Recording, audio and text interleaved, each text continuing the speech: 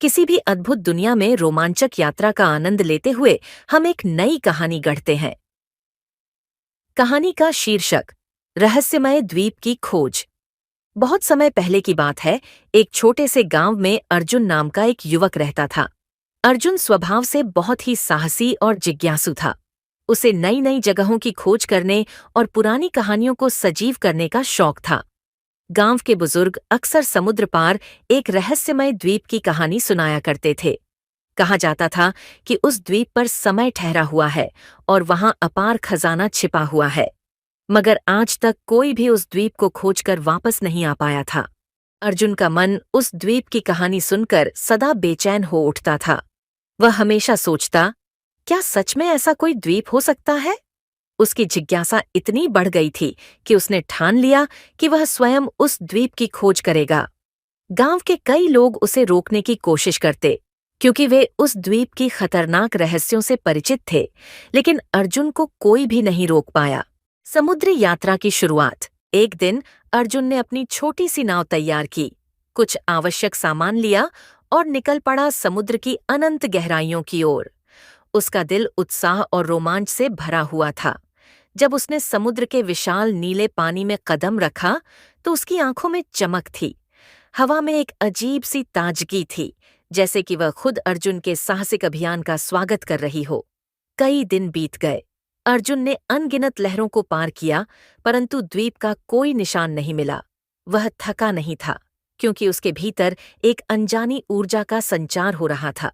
अंततः एक रात जब चांदनी समुद्र के ऊपर फैल रही थी, उसे दूर से एक काला सा बिंदु नजर आया। वह उस दिशा में तेजी से बढ़ा और कुछ ही घंटों में उसने देखा कि वह एक विशाल द्वीप के करीब आ गया था।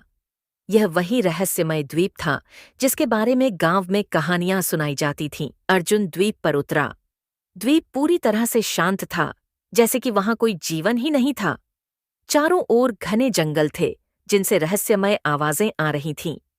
अर्जुन ने अपने कदम धीरे धीरे बढ़ाए और द्वीप के भीतर जाने लगा। कुछ दूर चलते ही उसे एक प्राचीन मंदिर के अवशेष नजर आए। वह मंदिर बहुत पुराना था, उसकी दीवारों पर रहस्यमयी चित्र उकेरे हुए थे। अर्जुन को महसूस हुआ कि यह कोई साधारण द्वीप नहीं है। यह द्वीप समय और रहस्य से बंधा हुआ था। मंदिर के अंदर एक विशाल द्वार था, जो जादुई प्रतीत हो रहा था। अर्जुन ने जब उस द्वार को छुआ तो वह धीरे धीरे अपने आप खुलने लगा। अंदर का दृश्य अविश्वसनीय था। वहां समय जैसे थम गया था। विशाल घड़ी की सुइयां एक ही जगह पर ठहरी थीं। अर्जुन हैरान था कि क्या वह किसी और ही दुनिया में आ गया है।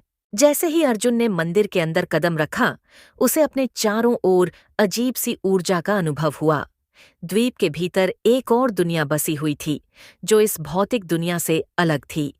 यहाँ पेड़ पौधे, नदियां और हवा सब कुछ जीवंत थे। पेड़ अपने आप बात करते थे, नदी की लहरें संगीत की तरह सुनाई देती थीं और आसमान में उड़ते पंछी सतरंगी थे। अर्जुन के सामने एक बूढ़ा साधु प्रकट हुआ। उसकी आंखों में गहरी चमक थी। उसने अर्जुन से कहा, बहुत वर्षों बाद किसी ने इस द्वीप तक पहुंचने की हिम्मत की है। यह द्वीप उन चुनिंदा लोगों के लिए है जो अपने भीतर की सच्चाई को जानने की चाह रखते हैं। तुम यहाँ सिर्फ खजाने की तलाश में आए हो, लेकिन असली खजाना यहाँ की सीख है। अर्जुन ने विनम्रता से कहा, मैंने बचपन से इस द्वीप की कहानियां सुनी है। मैं जानना चाहता हूं कि इस द्वीप के पीछे का सच क्या है और यहाँ का खजाना क्या है। साधु ने मुस्कुराते हुए कहा, यहाँ का खजाना सोने चांदी का नहीं है, बल्कि यह ज्ञान और आत्मबोध का खजाना है। जो यहाँ आता है उसे अपनी सच्ची पहचान और शक्ति का एहसास होता है, परंतु यह ज्ञान केवल उन्हीं को मिलता है जो अपने भीतर के भय, लालच और अज्ञानता को जीत पाते हैं। साधु की बात सुनकर अर्जुन के मन में उत्सुकता और बढ़ गई। साधु ने उसे द्वीप की अलग अलग जगहों पर जाने का आदेश दिया, जहां उसे कुछ परीक्षाओं से गुजरना था। पहली परीक्षा थी साहस की। अर्जुन को एक गहरी अंधेरी गुफा में भेजा गया, जहां हर कदम पर खतरे थे। मगर अर्जुन ने अपने डर पर काबू पाया और अंततः सफलतापूर्वक गुफा से बाहर निकला। दूसरी परीक्षा थी आत्मनियंत्रण की। एक जादुई जंगल में उसे सुंदर फल और स्वादिष्ट भोजन के लालच में नहीं पड़ना था। अर्जुन ने अपनी इच्छाओं पर नियंत्रण रखा और बिना रुके जंगल पार कर लिया। तीसरी और सबसे कठिन परीक्षा थी अपने भीतर के अज्ञानता को पहचानने की। एक शांत झील के किनारे बैठकर अर्जुन ने ध्यान किया। उसे धीरे धीरे अपने भीतर की सारी कमजोरियों और भय का एहसास हुआ। वह समझ गया कि असली खजाना बाहरी दुनिया में नहीं, बल्कि हमारे भीतर ही छिपा होता है। उस क्षण उसे आत्मबोध प्राप्त हुआ। अर्जुन ने जब सभी परीक्षाएं पूरी कर लीं, तो वह साधु के पास वापस लौटा। साधु ने उसे देखकर कहा, तुमने वह पा लिया है जो सदियों से बहुत कम लोग पा सके हैं। अब तुम इस द्वीप का असली खजाना समझ चुके हो। यह तुम्हारे भीतर की शक्ति और ज्ञान है, जो किसी भी बाहरी खजाने से अधिक मूल्यवान है। अब तुम अपने गांव लौट सकते हो और वहां के लोगों को यह सच्चाई बता सकते हो। अर्जुन ने साधु का धन्यवाद किया और अपनी नाव की ओर चल पड़ा। जब वह द्वीप से निकला तो उसके मन में शांति और संतुष्टि थी। अब उसे किसी खजाने की आवश्यकता नहीं थी, क्योंकि वह असली खजाने को पा चुका था, आत्मज्ञान और सत्य का खजाना। जब अर्जुन अपने गांव वापस लौटा तो उसने गांव के लोगों को अपनी यात्रा की सारी कहानी सुनाई।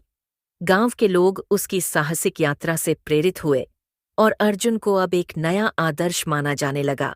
उसने अपनी यात्रा के दौरान सीखे गए ज्ञान को सभी के साथ साझा किया और धीरे धीरे गांव में एक नई रोशनी फैलने लगी।